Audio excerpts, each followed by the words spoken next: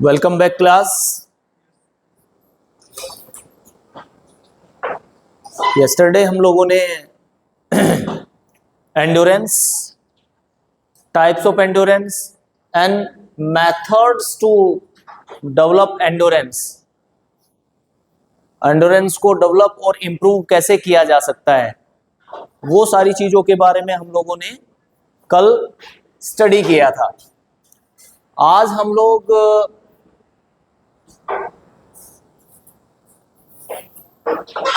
Speed, types of speed and flexibility and types of flexibility के बारे में हम लोग पढ़ने वाले हैं, आगे बढ़ने वाले हैं, सीखने वाले हैं। तो सबसे पहले हम लोग बात करेंगे आज स्पीड के बारे में। स्पीड,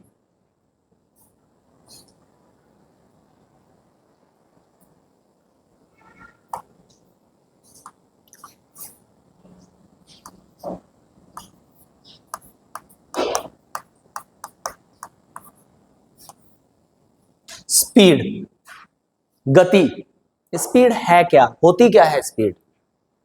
जब आप किसी गिवन डिस्टेंस को कम से कम समय में, मिनिमम टाइम में कवर कर जाते हैं, वही किसी इंडिविजुअल की स्पीड होती है। वही किसी भी इंडिविजुअल की स्पीड होती है।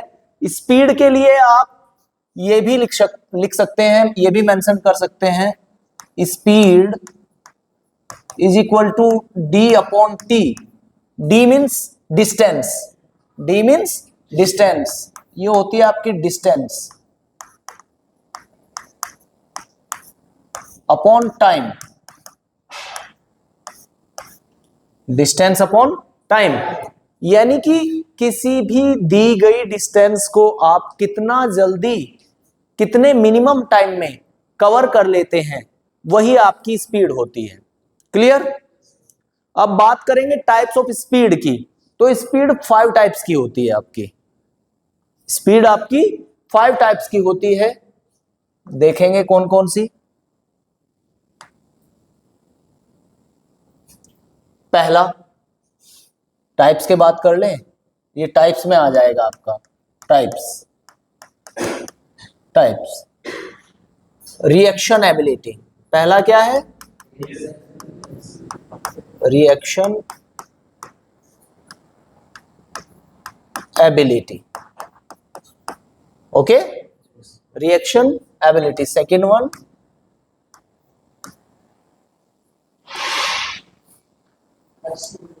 दूसरी है आपकी acceleration ability. Acceleration ability, acceleration,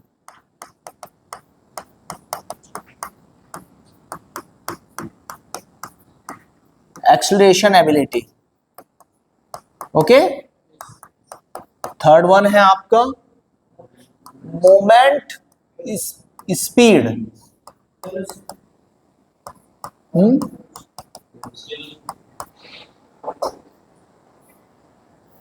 moment speed. तीसरा है आपका मोमेंट स्पीड।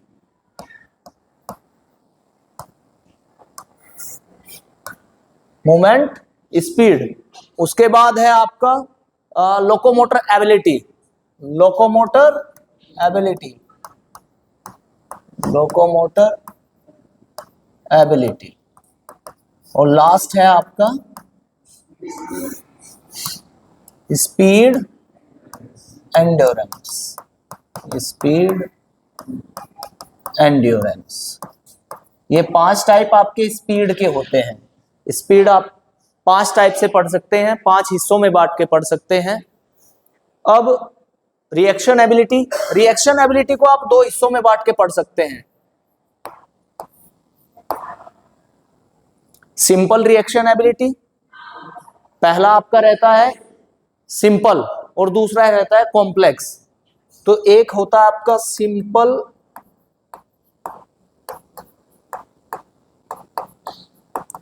रिएक्शन एबिलिटी और दूसरा होता है आपका complex, complex reaction ability. Okay, तो जैसे हमने स्पीड के बारे में डिस्कस की, स्पीड के बारे में विचार किया, स्पीड के बारे में पढ़ना स्टार्ट किया, तो स्पीड होती है d/t। स्पीड 5 टाइप्स की होती है आपकी। सबसे पहला रिएक्शन एबिलिटी। रिएक्शन एबिलिटी क्या है? किसी नॉन या अननोन, किसी दिखने वाले या बिना दिखने वाले रिएक्शन, किसी भी संकेत के ऊपर आप कैसे रिएक्ट करते हैं, कमांड के ऊपर कैसे रिएक्ट करते हैं, वो आपकी रिएक्शन एबिलिटी रहती है, वो आपकी रिएक्शन एबिलिटी कही जाती है। अब जो रिएक्शन एबिलिटी है वो 2 टाइप में बांटी गई है। एक होता है सिंपल रिएक्शन एबिलिटी, दूसरा होता है कॉम्प्लेक्स रिएक्शन एबिलिटी। अब जो सिंपल रिएक्शन एबिलिटी आपकी है, वो कोई सिग्नल उसमें आपको दिखाई दिया जाता है, कोई सिग्नल आपको दिखाई देता है उसमें, वो रहती है आपकी सिंपल रिएक्शन एबिलिटी। क्या रहती है? Simple reaction ability. जैसे on your mark set go, ठीक है। उसके अलावा दूसरा, जैसे पिस्टल का फायर होता है, क्लैपर बजाया जाता है, तो ये सारे सिंपल रिएक्शन एबिलिटी के एग्जाम्पल हैं। कॉम्प्लेक्स रिएक्शन एबिलिटी क्या होती है? जब आपको कुछ भी ना पता हो कहां से मुझे क्या करना है, तो उसको बोलते हैं कॉम्प्लेक्स रिएक्शन एबिलिटी। क्रिकेट का मैच चल रहा है, बैट्समैन बैटिंग कर रहा है और आप कहीं शॉर्ट लेग पे, शॉर्ट फाइन लेग पे, शॉर्ट कवर्स के ऊपर फील्डिंग कर रहे हैं और एकदम से बहुत तेज शॉट आया, एकदम से अननोन सिग्नल से, आपको पता ही नहीं चला इतनी तेज से आया, तो पहला रिएक्शन आपका ये जाएगा, वो रहता है अननोन सिग्नल, यानी कि सिग्नल का आपको पता ही नहीं था। आप जा रहे हैं चलते हुए रास्ते में, जंगल में जा रहे हैं, सामने से शेर आ गया, उस टाइम जो रिएक्शन आपका रहेगा वो भी ऐसा ही रहेगा, तो उसको कॉम्प्लेक्स रिएक्शन एबिलिटी कहा जाता है। ठीक है, पहला हो गया आपका रिएक्शन एबिलिटी। दूसरा है एक्सेलरेशन एबिलिटी। एक्सेलरेशन एबिलिटी का मतलब क्या है? आप अपनी 100% स्पीड में कितना जल्दी आ जाते हैं, उसको आपकी एक्सेलरेशन एबिलिटी कहा जाता है, उसको आपकी एक्सेलरेशन एबिलिटी कहा जाता है। यानी कि आप कितनी तेज, पूरी 100% स्पीड पे कितना जल्दी आ जाते हैं, वो एक्सेलरेशन एबिलिटी कहलाएगी। जो ट्रेंड एथलीट होते हैं, जो इंटरनेशनल लेवल पे परफॉर्म करते हैं, ओलंपिक्स में परफॉर्म करते हैं, बड़े बड़े मंच पे परफॉर्म करते हैं, उनकी रिएक्शन, उनका एक्सेलरेशन एबिलिटी लगभग उनको 6 सेकंड का समय लग जाता है अपनी 100% पेस में आने के लिए। 6 सेकंड का समय लग जाता है। और अगर बात करूं तो 5 से 8 सेकंड के बीच में हर कोई, 5 से 8 सेकंड के बीच में हर कोई अपनी 100% स्पीड पे आ जाता है। लेकिन एक एवरेज निकाला गया है, जो ओलंपियन होते हैं, जो स्प्रिंट एथलीट होते हैं, वो 6 सेकंड में अपनी 100% स्पीड को अचीव कर लेते हैं। क्लियर? उसके बाद आता है मोमेंट स्पीड। कोई भी इवेंट आप किस स्पीड पे कर रहे हैं, किस पेस पे कर रहे हैं, वो आपकी मोमेंट स्पीड कही जाएगी, वो आपकी मोमेंट स्पीड कही जाती है। जैसे बॉक्सिंग आप खेल रहे हैं, तो बॉक्सिंग में आप अटैकिंग मोड में हैं कि डिफेंस मोड में हैं, और अटैकिंग में है तो आपकी पेस क्या है, डिफेंस में है तो आपकी पेस क्या है। जूडो आप खेल रहे हैं, ठीक है ना, कबड्डी आप खेल रहे हैं, रनिंग आप कर रहे हैं, तो उस दौरान आपकी स्पीड क्या है, किस पेस पे आप लगातार कोई काम कर रहे हैं। ठीक है, किसी पेस पे आप जब कोई काम करते हैं, वो मूवमेंट स्पीड कहा जाता है। Locomotor ability. लोकोमोटर एबिलिटी क्या है? कोई इवेंट जब आप शुरू करते हैं और उसको फिनिश करने तक जब आप सेम पेस पे चलते हो, सेम पेस पे चलते हो, जैसे लॉन्ग डिस्टेंस रेस है, ज्यादातर सेम पेस पे खत्म होती है, ज्यादातर सेम पेस पे खत्म होती है। जब हम अपनी स्पीड को मेंटेन करके लेकर के चलते हैं, वो हमारी लोकोमोटर एबिलिटी कहा जाता है, और उसी पेस से हम फिनिश भी करते हैं। उसके बाद आ जाता है आपका स्पीड एंड्योरेंस। स्पीड एंड्योरेंस क्या है? जब आपकी बॉडी के अंदर, आपके शरीर के अंदर आप ताकत के साथ साथ सहन शक्ति, सहन क्षमता भी रखते हैं, वो आपका स्पीड एंडोरेंस कहा जाता है, वो आपका स्पीड एंडोरेंस कहा जाएगा। क्लियर? अब ये जो स्पीड है इसको इंप्रूव कैसे किया जा सकता है, कैसे डेवलप किया जा सकता है, इसके बारे में बात करेंगे। Methods to develop speed, methods to develop speed. अब इस ये पढ़ाने से पहले सबसे पहले मैं आपको एक बात बताना चाहूंगा।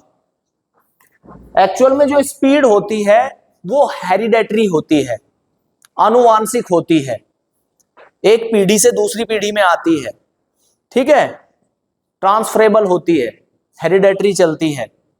यानी कि अगर आपकी बॉडी के अंदर मसल फाइबर होते हैं दो तरह के, एफटीएमएफ और एसटीएमएफ, फास्ट ट्विच मसल फाइबर और slow Twitch muscle fibre.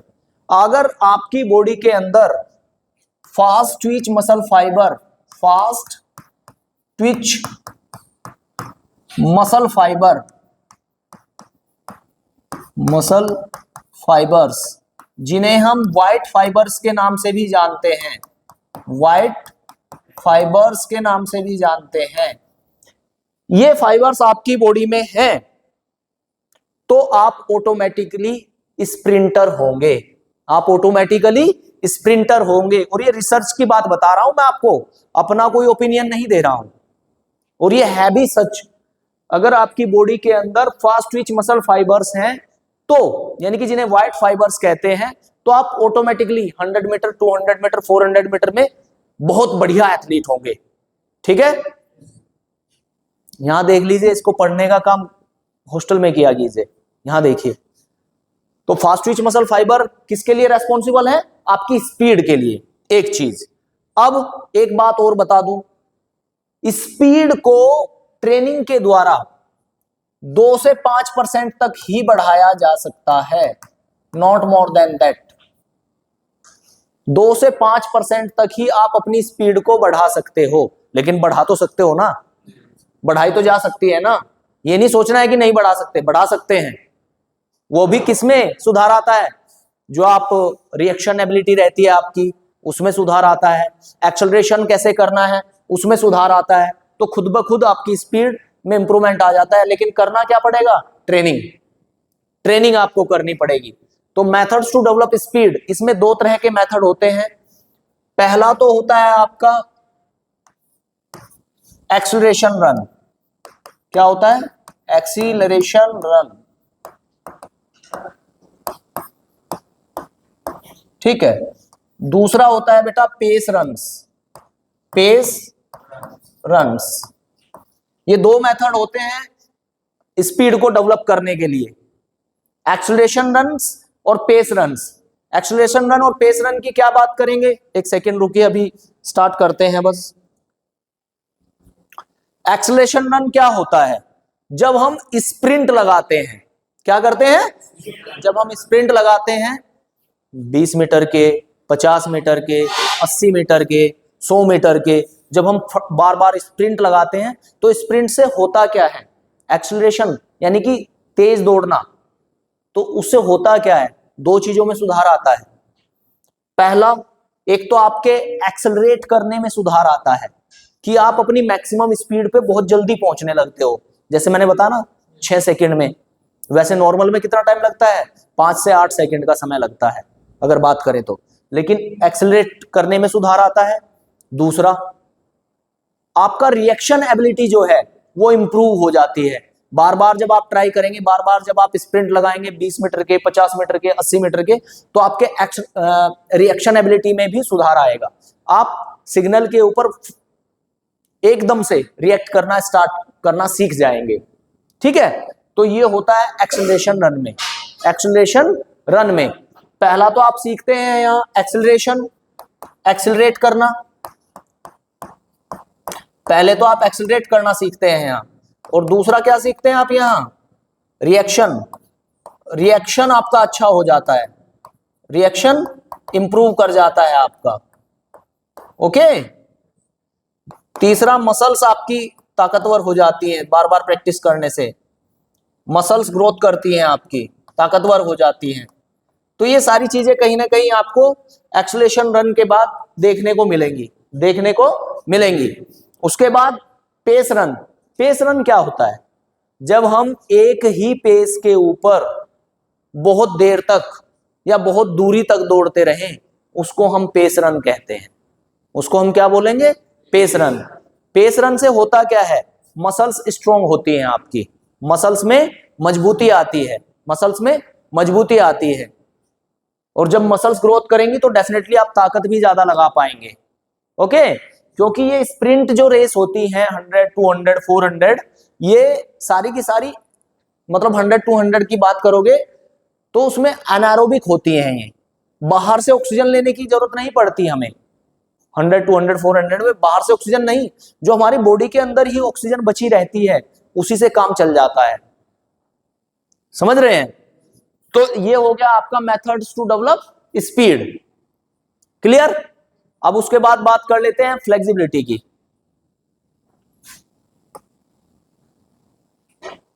Flexibility,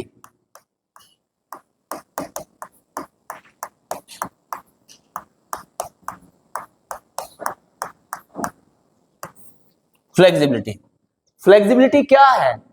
it is the range of movement of your joints. It is the range of movement of your joints.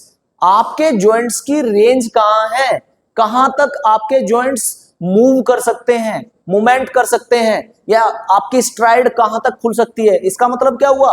Range of movement of joint, आपका joint कहां तक खुल सकता है, ठीक है, आपका हाथ पीछे कहां तक जा सकता है, वो सारी रेंज है। उनको हम क्या कहते हैं?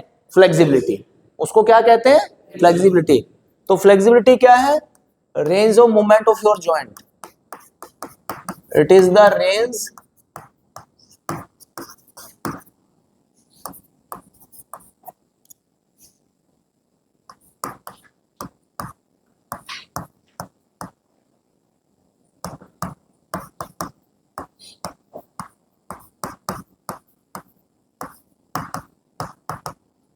ये आपकी फ्लेक्सिबिलिटी है। It is the range of the movement of your joints, इसी को फ्लेक्सिबिलिटी कहते हैं। टाइप्स की बात करोगे, फ्लेक्सिबिलिटी के टाइप्स की बात करोगे, टाइप की बात करोगे तो यहां पे फ्लेक्सिबिलिटी को दो हिस्सों में बांटा गया है, एक्टिव और पैसिव। एक्टिव और पैसिव, एक्टिव फ्लेक्सिबिलिटी और पैसिव फ्लेक्सिबिलिटी।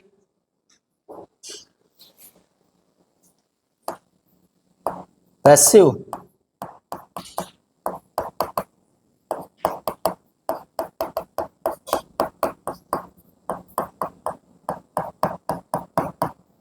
दूसरा है आपका एक्टिव फ्लेक्सिबिलिटी। Active flexibility. अब ये जो एक्टिव फ्लेक्सिबिलिटी है इसको भी दो भागों में बांटा गया है, स्टैटिक फ्लेक्सिबिलिटी और दूसरा है आपका dynamic flexibility. Dynamic flexibility, dynamic flexibility. तो जो फ्लेक्सिबिलिटी है इसके दो टाइप होते हैं, पैसिव फ्लेक्सिबिलिटी और एक्टिव फ्लेक्सिबिलिटी। तो जैसा कि नाम है रामू मडकाम,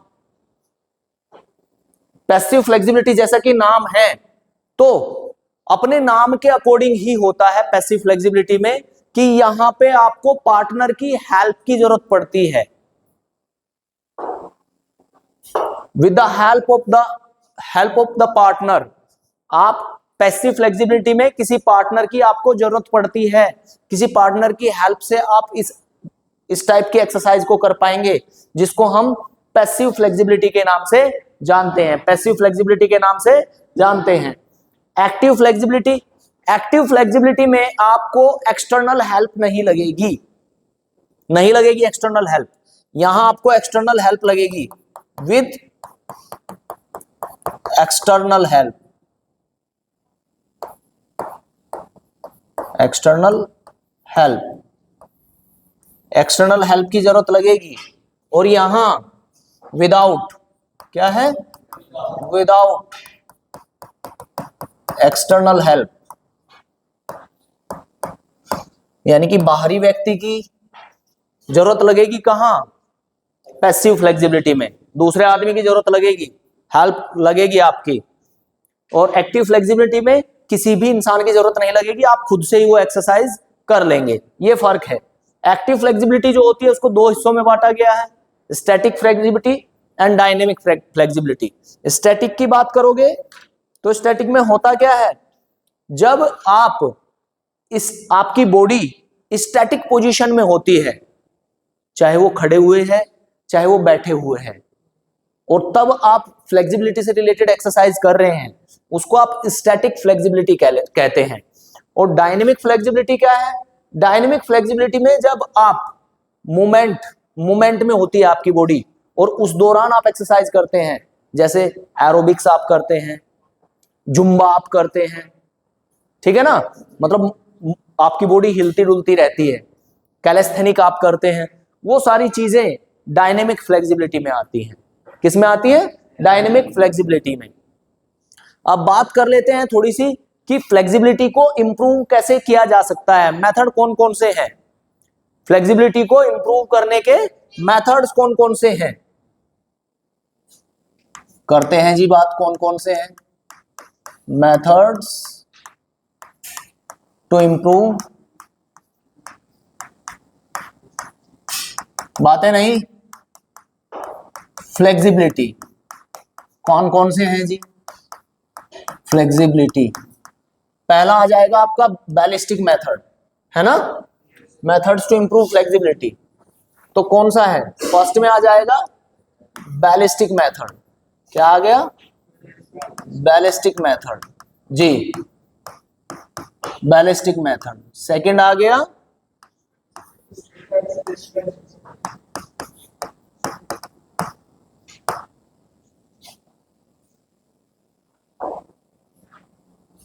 स्टैटिक, है ना,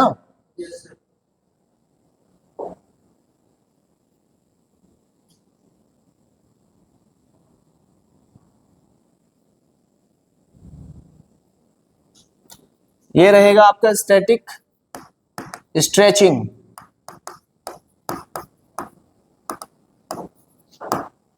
मेथड, ओके।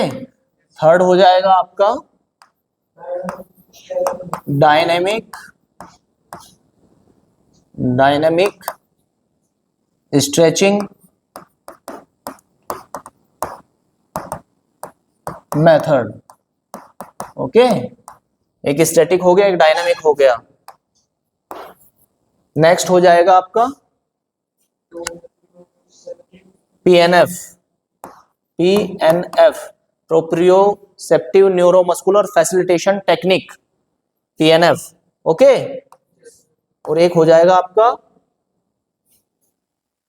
चार ही हैं, चार ही हैं, चलिए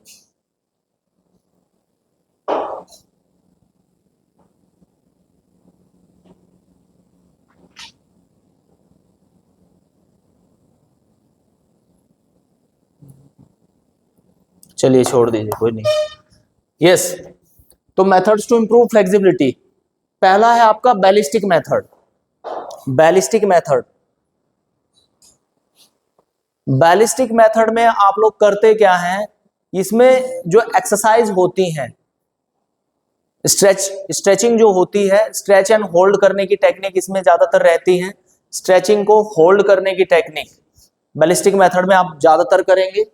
स्टैटिक स्ट्रेचिंग मेथड में होता क्या है, इसमें आपकी बॉडी मूवमेंट नहीं करती, इसमें आपकी बॉडी मूवमेंट नहीं करती, या तो बैठ करके या खड़े होकर के आप स्ट्रेचिंग एक्सरसाइज करते हैं।